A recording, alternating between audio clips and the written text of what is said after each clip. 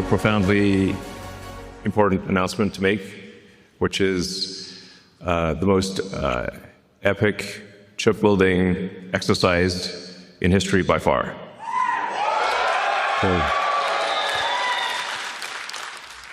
This is really going to take things to the next level. So, yeah, a level probably people aren't even contemplating right now. This is not in the, I would call this sort of an out-of-context problem. It's not in their context. So we're going to adjust the context by a few orders of magnitude here. It's a joint effort. I'm pressing the button. But the button's not working. We aspire to be a galactic civilization. So I think the future that everyone, well, most people, I think, would agree is the most exciting is one where we are out there among the stars, where we are not forever confined to one planet, that we become a multi-planet species, like the best science fiction that you've ever read. You know, Star Trek, or Iain Banks, or Asimov, or Heinlein. And we want to make that real. Yeah, not just fiction. Turn science fiction to science fact. That's the glorious, exciting future that I certainly look forward to.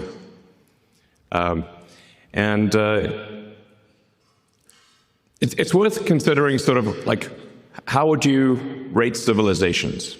You know, there was a physicist, I think he was Russian, in the 60s, Kardashev. He thought about, like, at a high level, how would you consider any given civilization? And he said, well, if you're type 1, you're using most of the energy of your planet. And we actually still have quite a ways to go to be properly a type 1. We're still using a tiny fraction of the sun's energy that reaches our planet. See. Yeah, there we go. But the Earth only receives about 0.5 billionth of the sun's energy. So the sun is truly enormous. The sun is 99.8% of all mass in the solar system. So sometimes people will ask me, like, what about, you know, other sources of power on Earth? Like, what about fusion on Earth? Well, that is unfortunately very small because the sun is 99.8% of mass in the solar system. And Jupiter is about 0.1%, and Earth is in the miscellaneous category. We are, I think it's Carl Sagan, I think, might have said, Earth is like a tiny dust mote in a vast darkness. Very, very small. The sun is enormous. So the way to actually scale civilization is to scale power in space. This is necessarily true because we actually capture such a tiny amount of the sun's energy on Earth because we're just this tiny dust mote. Another way to think of it is roughly like electricity production on Earth of whole of civilization is only about 1/trillionth of the sun's energy, which means if you increase civilizational power output by 1,000,000, you would still only be 1/1,000,000th of the sun's energy. I mean, it's awe-inspiring to consider that. Just how tiny we are in the grand scheme of things. And yeah, we often get sort of caught up in these sort of squabbles on Earth that are really very sort of minor things when you consider the grandness of the universe.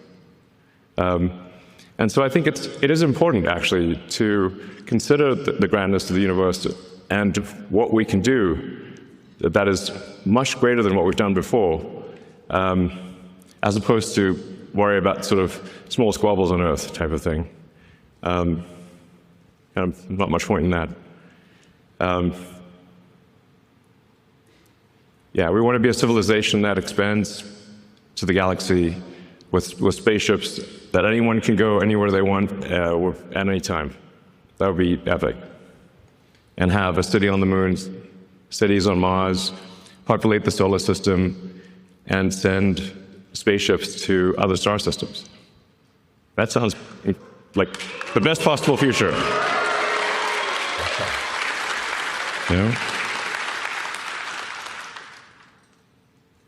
So to do that, we need to harness the power of the sun. And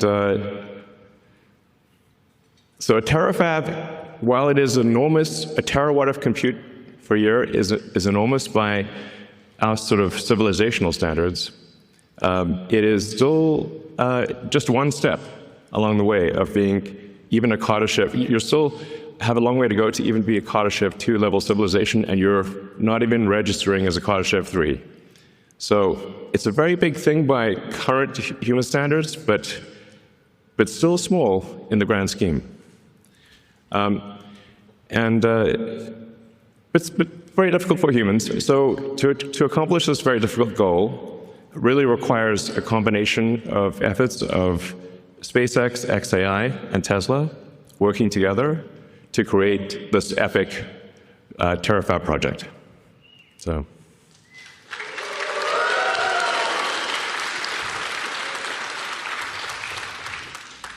And Tesla and XAI and SpaceX have all done amazing things that people did not think would be done before.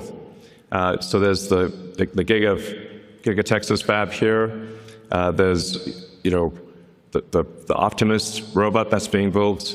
There's a global supercharging network. There's really quite a lot. And it wasn't that long ago when people thought electric cars wouldn't amount to anything. And there were basically no electric cars for sale when Tesla started. And people said it was impossible, and now Tesla's making 2 million electric cars a year. Yeah.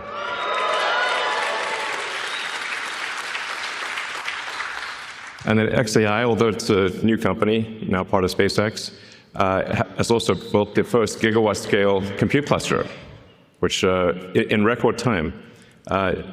Jensen Huang from NVIDIA said he'd never seen anything built so fast in his life before. So a great compliment from NVIDIA.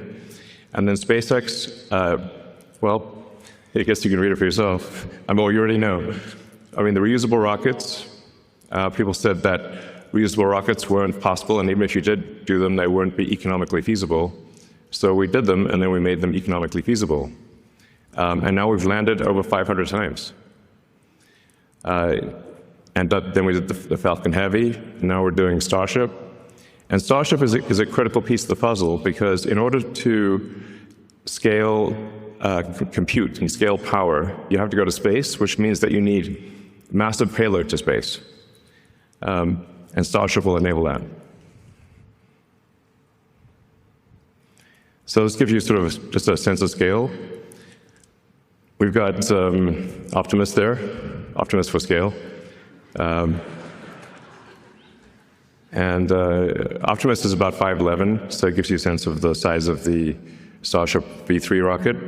The Starship V4 will be much longer, actually. The Starship V4 will make Starship V3 look kind of short. So we'll expand with Starship V3 to 200 tons of payload to orbit from 100 tons with V3. And then you can see that that's just a rough approximation of the mini version of the AI sat. So that's roughly 100 kilowatts. It's showing the solar panels and the radiator to scale. So for some reason, there's been a bizarre debate about radiators in space. It's safe to say SpaceX knows how to do heat rejection in space with 10,000 satellites in orbit. Might know a thing or two. So you can see the radiator is actually quite small relative to the solar panels. And we call that the mini-sat, since that's just 100 kilowatts. We expect future satellites to probably go to the megawatt range. Yeah.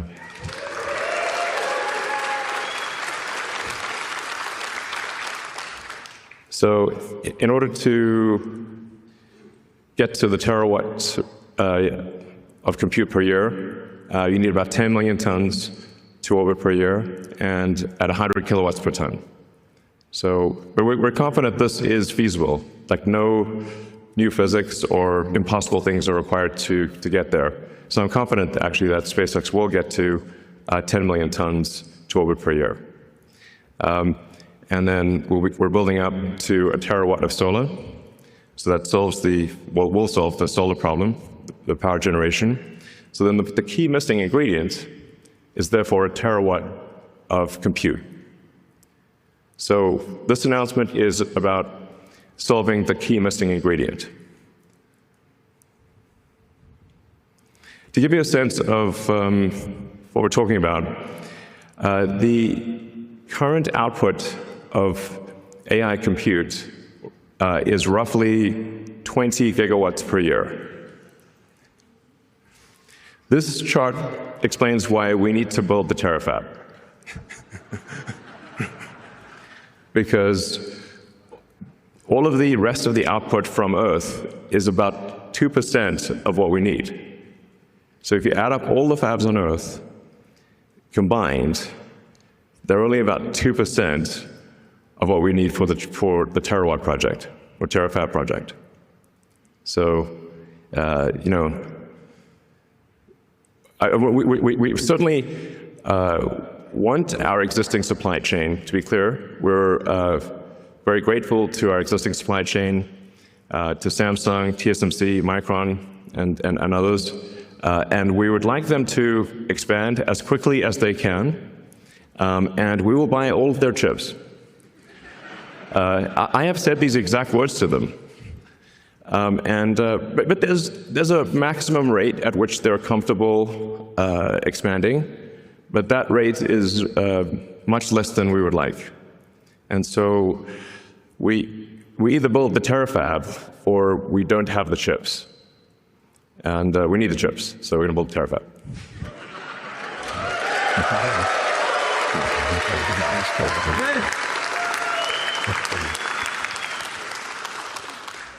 And we're starting off with an advanced technology fab here in Austin. And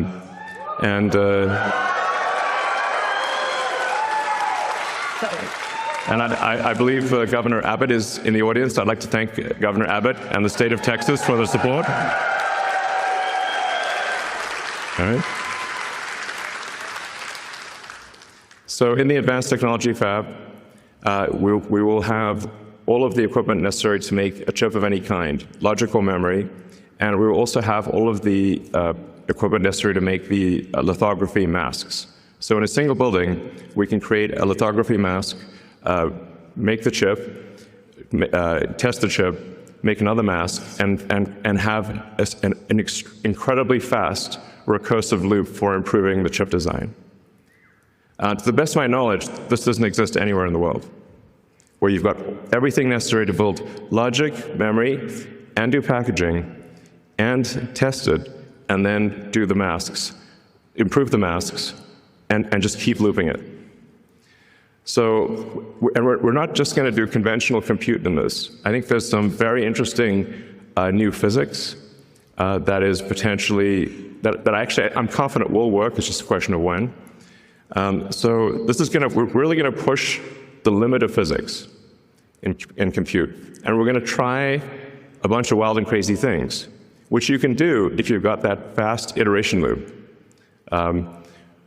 That I can't emphasize enough the importance of being able to make a chip, test it, and then change the design, do another one, and have that in a single building.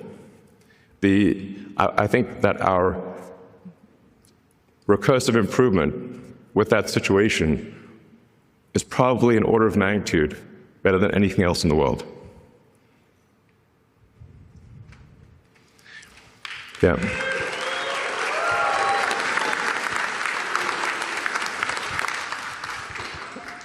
So broadly speaking, we expect to make two kinds of chips. One will be optimized for edge and inference. So that'll be used primarily in Optimus and in the cars, but especially in Optimus, because I expect the robots, humanoid robots, to be made 10 to 100 times more than the volume of cars. So, if vehicle production on Earth is about 100 million vehicles a year, and I expect humanoid robot production to be somewhere between 1 billion and 10 billion units a year. So it's a lot.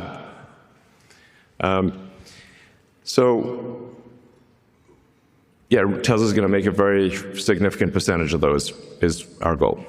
And then we need a high-power chip that is designed for space, that takes into account the more difficult environment in space, where you've got high power, you've got high energy ions, photons, you've got electron buildup. It's a hostile environment in space. So you want to design the chip, you want to optimize it for space.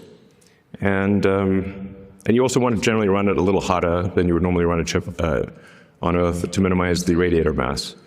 So there are just a bunch of constraints that you design something differently in space than you would on the ground. And for the space compute, my guess is that is the vast majority of the compute, because you're power constrained on Earth. That's why I think it's probably 100 to 200 gigawatts a year of terrestrial chips, and probably on the order of a terawatt of chips in space. Just because of power constraints on the ground that's probably how it ends up. Space has this advantage that it's always sunny. It's very nice. I actually think that the cost of AI and deploying AI in space will drop below the cost of terrestrial AI much sooner than most people expect. I think it may be only 2 or 3 years before it is actually lower cost to send AI chips to space than it is on the ground. Because in space, you don't need much in the way of batteries, because it's always sunny. And the solar power, you're going to get at least 5 or more times the solar power you get in space versus the ground, because you don't have atmospheric attenuation or a day-night cycle or seasonality. And you're always normal to the sun. So you're really maximizing the solar power at that point. And the space solar actually costs less than terrestrial solar, because you don't need heavy glass or framing to protect it from extreme weather events. So as soon as the cost to orbit drops to a low number, it immediately makes extremely compelling sense to put AI in space. It becomes a no-brainer, basically.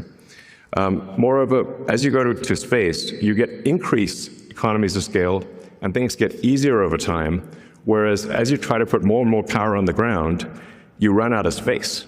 And you start using up the easy spots, and then you get next-level NIMBY. Nobody wants the thing in their backyard.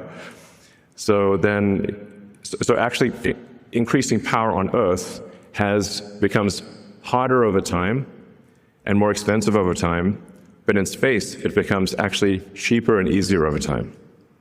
These are very important points. So.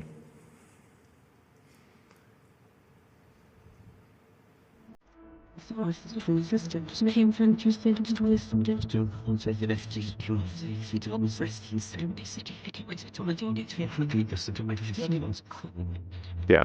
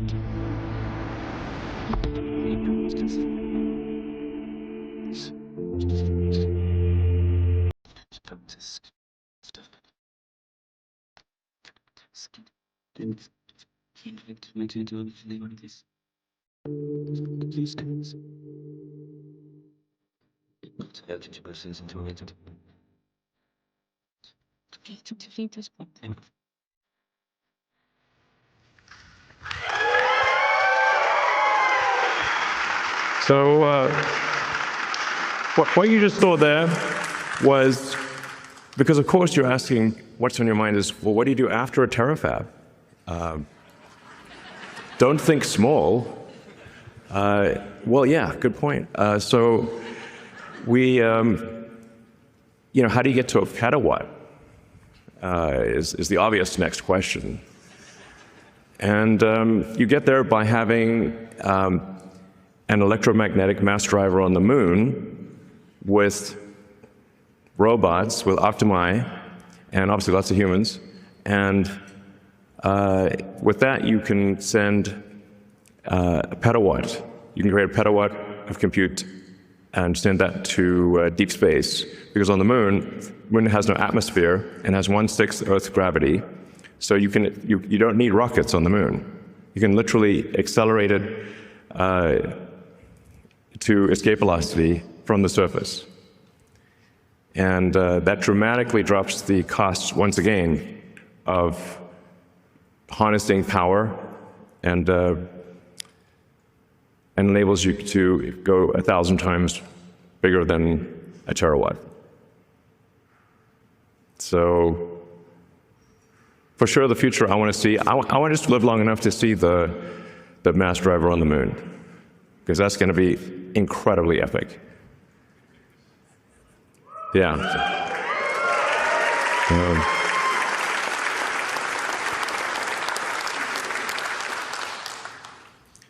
That should hopefully get us to 1/millionth of the sun's energy at least. Humbling to think about that. But 1/millionth of the sun's energy would be 1,000,000 times bigger than Earth's economy, so it's good from that perspective. And then, yeah, you expand beyond that to the planets, to the other stars, and create the most exciting possible future that I can imagine. So.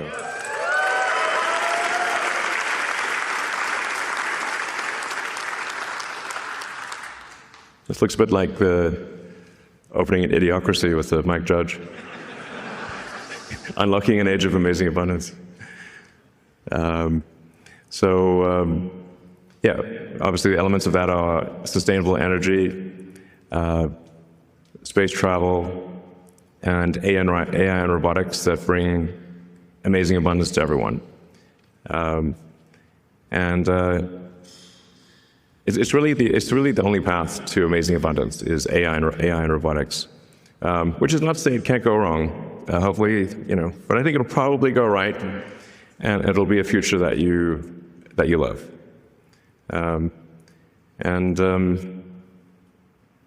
It's the best future I can think of, at least. And then we go beyond the moon, beyond Mars, and we sail through the rings of Saturn. Now, wouldn't it be amazing if you could buy a trip to Saturn? Or frankly, if you just have a trip to Saturn. I think things will just be free in the future. It sounds nuts, but if you've got an AI robotics economy that is anywhere close to 1,000,000 times the size of the current Earth economy, literally any need you possibly want can be met. If you can think of it, you can have it. So I think Iain Banks, in his culture books, has it pretty much right, where there actually isn't money in the future, and there's abundance for everyone. If you can think of it, you can have it. That's it. Which means anyone could have a trip to Saturn. It won't be, just a few people. If you want it, you can have it. Yeah. So,